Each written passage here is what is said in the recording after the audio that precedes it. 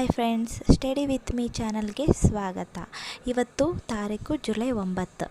ನಾಳೆ ಬೆಳಗ್ಗೆ ಏನೇನು ಓದ್ಕೋಬೇಕು ಅನ್ನೋದನ್ನು ನಾನು ಇವತ್ತನ ಎಲ್ಲ ನೈಟ್ ಬರೆದಿಟ್ಕೊತೀನಿ. ಟೈಮ್ ಟೇಬಲ್ ಪ್ರಕಾರ ಓದ್ಕೊಳ್ಳೋಕ್ಕೆ ಇದು ಹೆಲ್ಪ್ ಆಗುತ್ತಾ.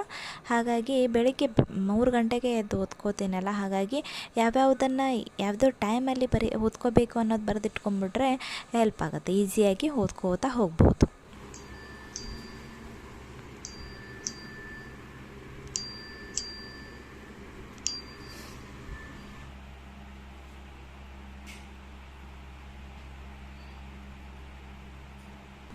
ಮುಖ ತೊಳ್ಕೊಂಡು ಫ್ರೆಶ್ ಅಪ್ ಆಗೋದ್ಲಿಗೆ 3 ಗಂಟೆ 8 ನಿಮಿಷ ಆಯಿತು. ಸರಿ ಫ್ರೆಂಡ್ಸ್, ಈಗ ಸ್ಟಡಿನ ಪ್ರಾರಂಭ ಮಾಡ್ತೀನಿ.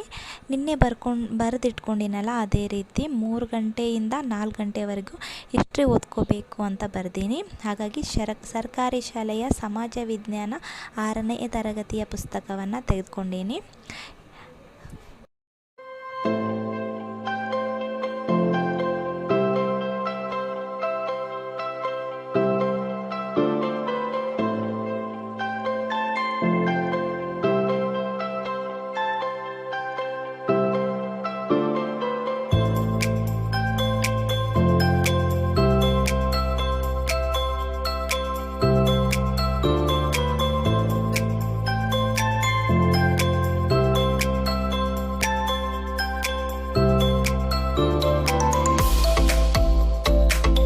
AM ಇಂದ 4 AM ವರೆಗೂ ನನ್ನ ಹಿಸ್ಟ್ರಿ ಸಬ್ಜೆಕ್ಟ್ ಮುಗೀತು.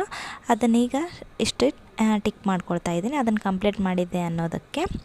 ನೆಕ್ಸ್ಟು ಪೊಲಿಟಿಕಲ್ 4 AM ನಿಂದ 5 AM ವರೆಗೂ ಪೊಲಿಟಿಕಲ್ ಬರ್ದೀನಿ. ಅದನ್ನೀಗ ಸ್ಟಡಿನ ಸ್ಟಾರ್ಟ್ ಮಾಡ್ತಾ ಇದ್ದೀನಿ.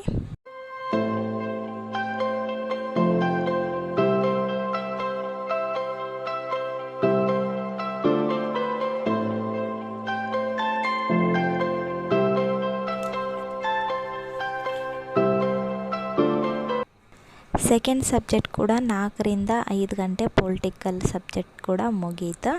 ಈಗ ಟೀ ಟೈಮು. ಟೀ ಕುಡಿಬೇಕು, ಇಲ್ಲಪ್ಪ ಅಂದ್ರೆ ನಿದ್ದೆ ಬರುತ್ತಾ. ನಿದ್ದೆನ ಓಡಿಸ್ಬೇಕಪ್ಪ ಅಂತಂದ್ರೆ ಒಂದೇ ಒಂದು ಮದ್ದು, ಅದು ಟೀ. ಹಾಗಾಗಿ ಟೀ ಮಾಡ್ಕೊಂಡು ಕುಡಿದು ಫುಲ್ ಮೈಂಡ್ ಫ್ರೆಶ್ ಮಾಡ್ಕೊಂಡು ಮತ್ತೊಮ್ಮೆ ಓದೋಕೆ ಕುಂದ್ರೋಣ ಅಂತ.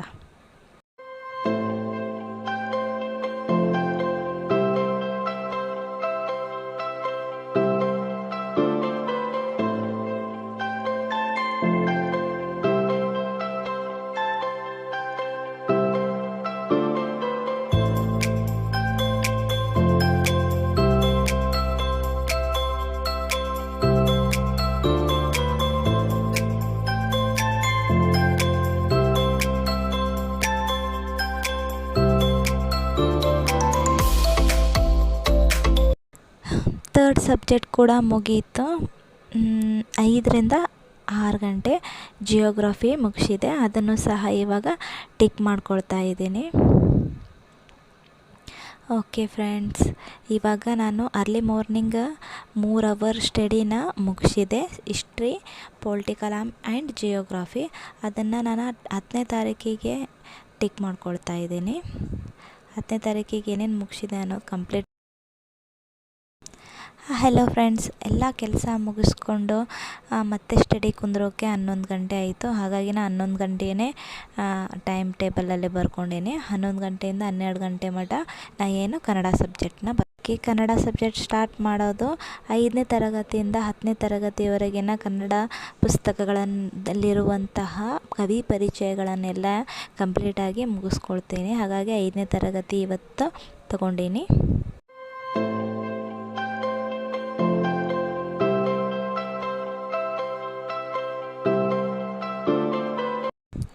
ಕನ್ನಡ ಸಬ್ಜೆಕ್ಟ್ನು ಮುಗೀತು.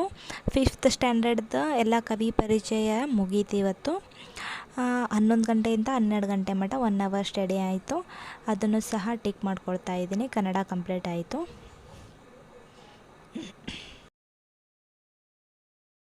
ಇವಾಗ ಸೈನ್ಸ್ ನೋಟ್ಸ್ ಮಾಡೋ ಅವಶ್ಯಕತೆ ಇಲ್ಲ, ಯಾಕಂದರೆ 6 to 10th ನಾನು ಆಲ್ರೆಡಿ ನೋಟ್ಸ್ ಮಾಡಿಟ್ಟೀನಿ. ಅದನ್ನೇ ರಿವಿಷನ್ ಮಾಡ್ಕೋತೀನಿ.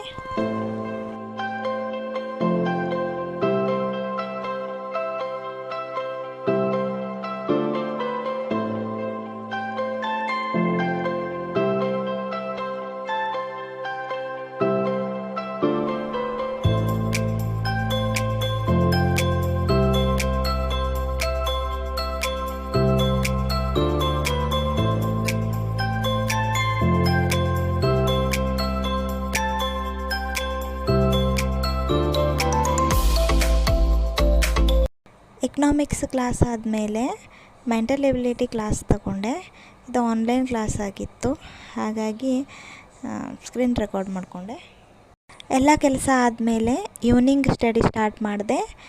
ಮೊದಲು ಕನ್ನಡ ಇತ್ತು, ಆಮೇಲೆ ಇಂಗ್ಲೀಷು, ಆಮೇಲೆ ಕಂಪ್ಯೂಟರ್. ಇವು 3 ಆನ್ಲೈನ್ ಕ್ಲಾಸ್ ಆಗಿರೋದ್ರಿಂದ ಸ್ವಲ್ಪ ರೆಕಾರ್ಡ್ ಮಾಡಿಕೊಂಡೆ. ಓಕೆ ಫ್ರೆಂಡ್ಸ್, ನನ್ನ ಈ ದಿನ ಈ ಸ್ಟಡಿ ಈ ರೀತಿಯಾಗಿತ್ತು. ಟೈಮ್ ಟೇಬಲ್ ಹಾಕ್ಕೊಂಡ ರೀತಿಯೇ ಇವತ್ತಿನ ಸ್ಟಡಿ ಕಂಪ್ಲೀಟ್ ಆಯಿತು. ಓಕೆ ಫ್ರೆಂಡ್ಸ್, ನಾನು ಈ ರೀತಿಯಾಗಿ ಇವತ್ತಿನ ದಿನ ಸ್ಟಡಿ ಮಾಡಿದೆ. ನಾಳೆ ದಿನ ಸಿಗ್ತೀನಿ. Bye friends.